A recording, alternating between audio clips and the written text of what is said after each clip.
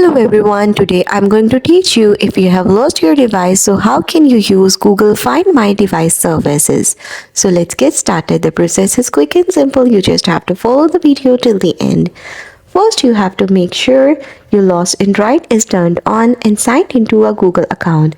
Its Wi-Fi or mobile data is connected and has location and Find My Device enabled.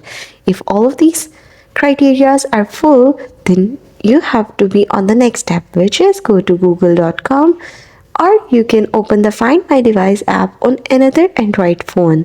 Here, sign in using the Google account linked to your lost phone.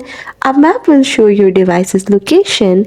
If it is nearby, tap play sound to make it ring, even if it's on silent. Tap secure device to lock it with a message and contact number. Tap erase device to factory reset if it is unrecoverable.